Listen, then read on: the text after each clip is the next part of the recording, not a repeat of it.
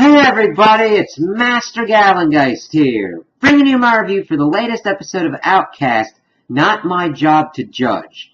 And my biggest issue with this season so far is how much time Megan is taking up with these episodes. I understand that she's Kyle's sister, her possession was traumatic and everything, but she took up entirely too much time in this episode, especially with other things that needed to be going on or fleshed out going forward. Because the one part that I did like was we saw Reverend Anderson helping her out of the water and everything. She kind of thanks him. He's like, yeah, no problem. She's going, I thought you'd be more judgmental. I was like, I thought my actions would speak for themselves, and then quotes Dr. Seuss, and he's like, yeah, it's still a fine book. And she's like, that's not from the Bible. That's Dr. Seuss. He's like, yeah, it's still a damn fine book. And of course, Holly comes up trying to figure out what was going on, and Megan hugs her, but then later on in the episode, it gets into her going back to the house because she didn't want to go back into the cabin. I'm like, okay, that's fine. It's just there's not as much communicated as needs to be about her frame of mind, either in her actions or what's going on. I think it has maybe some parts to do with editing, but also it's not that interesting to me. The way it's presented and the way it's executed, I'm like, what? Because it goes from how we're seeing this thing, like, when the world was presented, we're seeing this as, okay, kind of an outside perspective. We're seeing these demons possessing these people. This is the first time we get it into, like, people's heads after the possession thing, and it just goes the usual kind of horror tropes.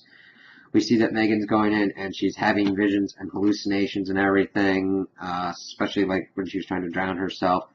Her kid's kind of having similar things when she starts, like, breaking up the tile because that's where her dad's blood was. She wants to be connected to her dad and everything.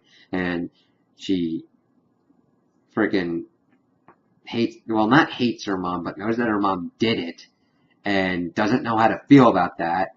But the kid's they don't focus enough on the kid to make it more interesting than that. You don't really see her really dealing with the effects of that. It's like, okay, that's an interesting thing. You know your mom did it, but that she still loved your dad. It's that weird kind of emotion, like, you did this horrible thing to me, but I still love you kind of thing. Not really explained upon. We also get the one chick from the Beacon place who shows up conveniently as Megan's having one of her episodes as she's got her gun. And I think, well, not her gun, but Mark's gun. And it's led to believe that she was going to go out to kill herself, even though she had told Kyle that she was pregnant and that if she was going to do it, she'd do it with a gun. It was just really kind of weird and just took up too much of a bulk of the episode. It's like, I don't really care. Because the hallucinations and everything going on in her head's a fine kind of thing, but the way that it was presented before, we're kind of usually on the outside. This is a new layer that is kind of weird in its execution to me, mainly because the character is not as interesting as, I'm like, I want to know more about the demons and everything. This just feels like side drama to me, and it's like, oh, here's your potatoes with your meat, and we've gotten a little portion of meat, and we've got these weird potatoes that we don't really know whether they're bland potatoes. I mean, you can spice up the potatoes. They can be pretty good, but you want your main course and your anchor. Our anchors are Kyle, Reverend Anderson, at this point also Giles, because his stuff starts getting a lot more interesting as well. Now, some really cool stuff that happened in the beginning of the episode is we find out that it wasn't a woman that they were providing medical attention to. It was Aaron. He was burned, and evidently Sydney had pulled him from the fire. And he asked, like, if he was what Anderson said he was, saying that his kind has been called the Beast, Black Cat, He-Goat, that the Reverend's book calls him a dragon, and he was asking if, like, Aaron was a dragon. He's like, nobody in this town sees me as that. And he's going, well, after you heal on the outside and the inside, You'll be part of something bigger than this town and will bring our world down upon their heads. Okay, this is cool. We need more of this. It's just furthered out a little bit too inconsistently throughout the episodes. So, after they're talking about that, we see that Peter and Evelyn kind of join up, and they're shutting up another kind of operation for recently possessed people to get their transition / merger phase, if you will. And Peter's like, yeah, I'm ready to help out. And then Sidney just slits his throat and everything. And he did it mainly to make sure to test Evelyn to see if she was like Kat Ogden, who had gotten too concerned and connected to someone, the husband of her host. It's like, okay, so they want to be more of a kind of entity with multiple different personalities within it, rather than individuals that could have these kind of connections, and that those connections are dangerous. It's like, oh God. That, of course, is brought up later when Aaron's kind of looking at the body, and Sidney challenges him to cut up the body, because he thinks that the world's full of pathetic creatures and everything, and wanted to test him to see if he had the strength and the obedience to follow through. Now, he's making it very clear that Aaron is going to probably be another possessed person. I don't know if he's kind of grooming him to be a new body or whatnot, since he's been coughing up the black goo, which Aaron also brings up, or if he needs another entity along his same level or intelligence or skill to come over and possess Aaron. So that's an intriguing aspect that I'm really looking forward to. So, other parts of the episode that we get into, we see that Kyle goes to Allison in the asylum that she's at because Amber wanted to see her and everything. Of course, Allison sends Amber away to the fish tank to kind of look at the fishes and everything. She starts berating Kyle for bringing her here and everything. And Kyle's like, don't do that on me. She ran away because she wanted to see you and everything, alright? I'm just trying to make best of this situation. Kyle, of course, trying to bring her around to the possession idea, whereas Allison thinks it's a dissociative break and everything, because Kyle had some valid arguments. He's like, what would make you want to kill your daughter? Same bringing up that he eventually does with Megan to get her through that when she tells him that she's pregnant. Of course, while this is going on, we see this weird kid is staring at Amber and then goes away, and then this weird looking dude's looking at her like, okay, what's going on here? Nurse tries to come up and take him away. She, of course, kind of senses Amber. They both try and converge on her, but she extends out her hand. It's like, okay. Of course, Kyle's finished with Allison, and just sees her standing there by herself, and they kind of move on. They try and get back home. That's, of course, where Anderson tells them about Megan going back to the house. We go all through that.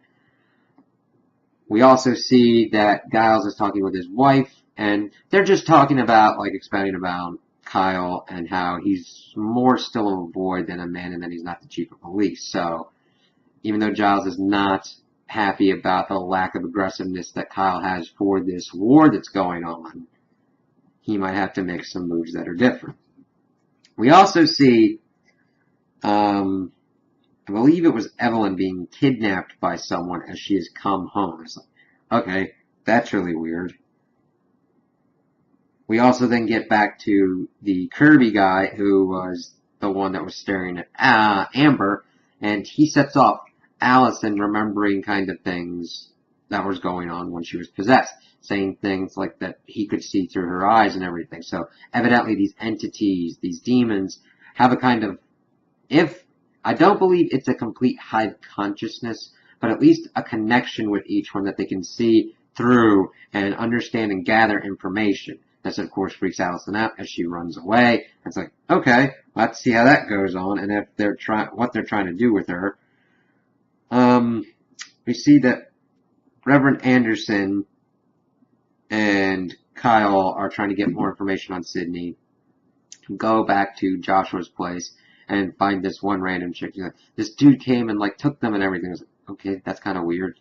And they somehow get to the junkyard, and we find out that Giles and this guy Bob have been essentially kidnapping people, though they would probably look at it as arrested, that have been possessed or are already possessed because they wanted to go and get information from Jason, who was taken to the hospital. But he was already taken out at that point, and they thought it was down to the doctor. But they go in there, they see he's like in his possession stages, and Kyle does not agree with what Giles is doing, but he has to help this guy at least. And he attempts his exorcism, and it kind of works at first.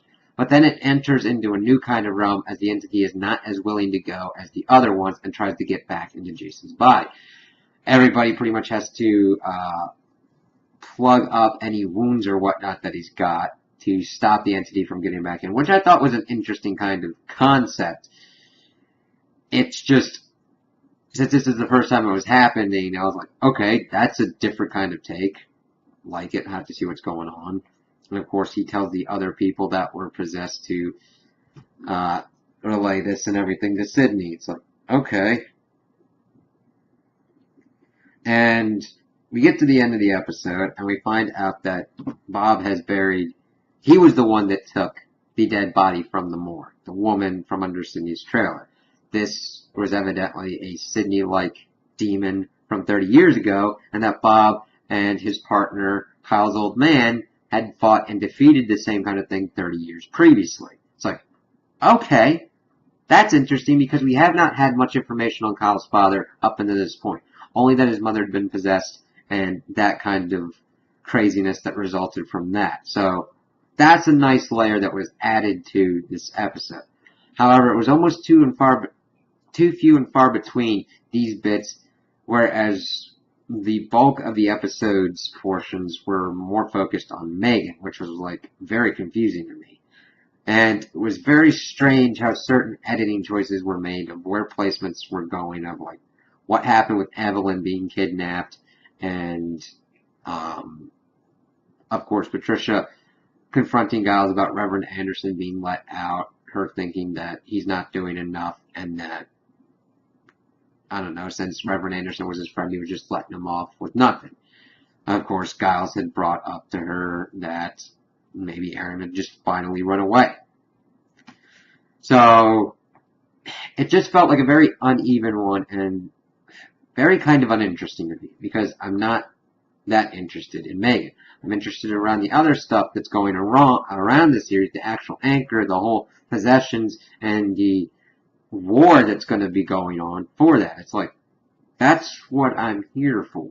I don't mind a psychological look, but when one character starts taking up all this time and real estate for very little payoff, I'm kind of like, this isn't as interesting to me. So hopefully it evens out, but other than that, I'd be like, I wouldn't recommend watching this if it's just like, oh, okay, that, we already kind of understood that, you've already kind of communicated that, but okay.